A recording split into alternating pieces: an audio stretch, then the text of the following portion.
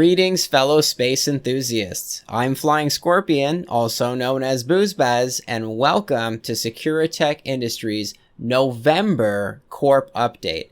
So this one's going to be different. It's unscripted, and I'm just going to talk off the cuff about what it's been like for our corporation living in Nullsec.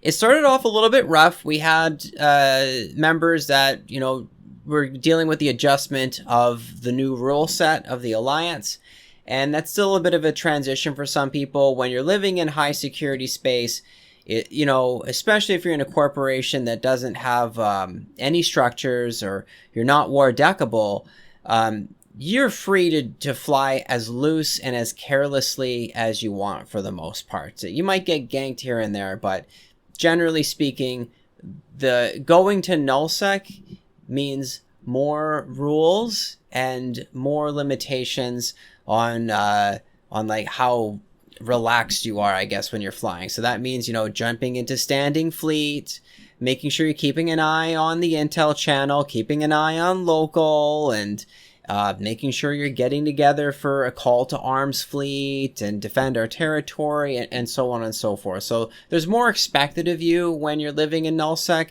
And I think that was a little bit tough for some of our members to adjust to that, but it seems like most of the members have gotten over that. The ones that couldn't get over it, well, they're gone. They're not with us anymore.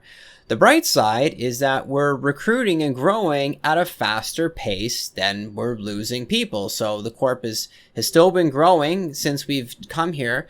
I think we had like maybe 20 heartbeats when we started living in Nullsec, and we're about a month later and we're up to about 35 heartbeats. So we've almost doubled in size since we've come here. And that speaks a lot about the volume of recruitment that I've been pulling in, because I have been losing people as well, particularly people that just weren't the best fit for us, or just weren't the best fit for us culturally anyways. I want to talk a little bit more about that. An important thing for me, and I think is really the most important thing for our corporation, is our culture. I don't care how rich someone is or how skilled they are at the game or how many accounts they have, if they are just blatantly unfun or arrogant, or they're just like an energy vampire. Because I play this game to have fun. This isn't my job. This isn't something that I just tolerate putting my time into because it pays me at the end of the week. It's the other way around. I'm voting with my wallet and my time to spend time in EVE Online, to be here and be a part of this game. And so the balance is completely flipped over on its head. You tolerate being around certain people at your job because, let's say, they have a certain level of expertise or something like that. It's not the case in EVE Online. For me and my corporation anyway, it's the other way around. Are they fun? Do we enjoy being with them? Can we hang out and do content together and just hang out on comms and have a laugh? That's what matters the most to me with this corporation. And it's been good so far, actually. It's been quite good. We need agreeable people.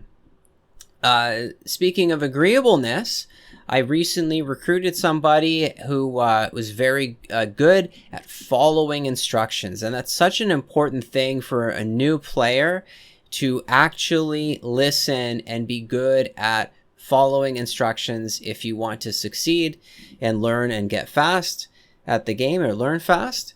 And even though we've been here for almost a month, I set up a cyclone fit for our newbies to go ratting in. And we've recruited a number of newbies since then, where they join the corporation and they go out and they start ratting.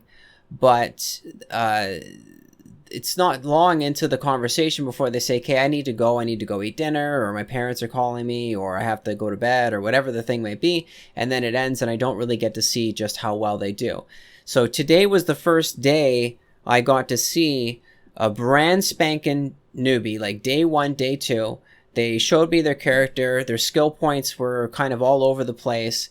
And I said, you know what, let's just start a whole new account. I'm going to get you set up for the free 1 million skill points. Here's a skill plan. And they did exactly like I said. They started a new account. They used my referral code. They got their 1,000,000 skill points. I got them on the skill plan for the corporation. It takes about 850,000 out of 1,000,000 skill points to follow the plan that I give them. That means they have 150,000 skill points left over for whatever they want. That gives them good foundational skills for flying these Cyclones. And in this case, because this person was so good at following instructions and seemed to be learning fast, I gave them 70 million ISK, and I said, here you go, buy one of these ships.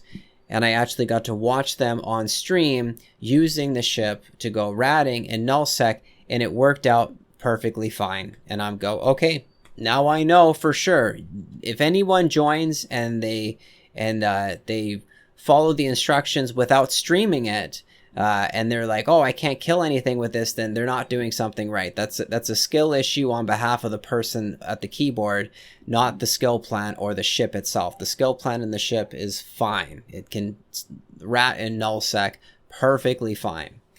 So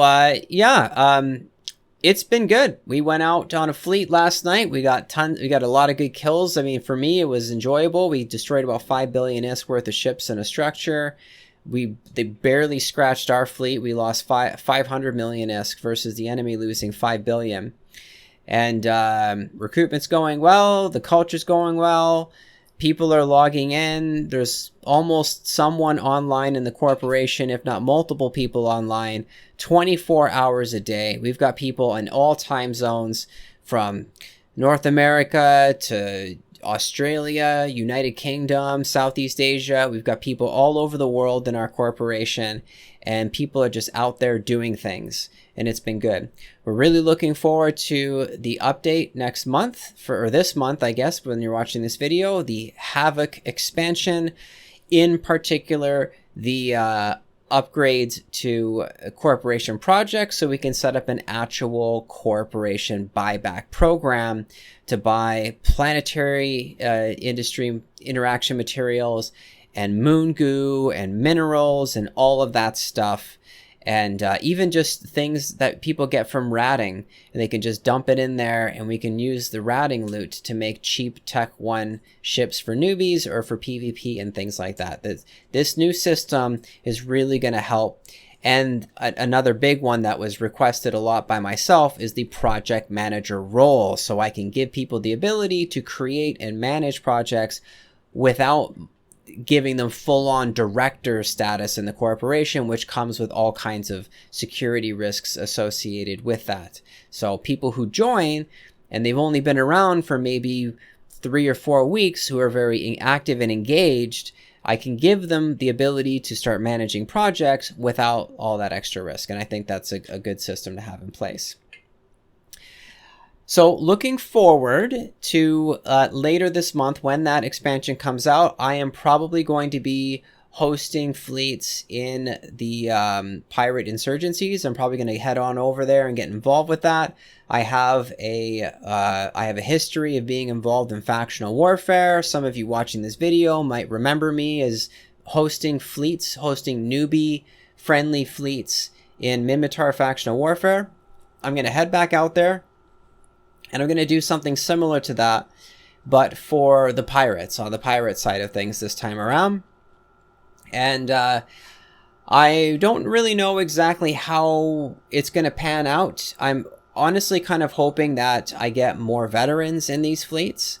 And I think the way that I'm going to do that is I'm going to stage Tech 2 ships with Tech 2 fits and just go, hey, you know, the bar is this high to get in. You need to be able to fly a heavy assault cruiser. You need to be able to fly a command ship or something to that effect.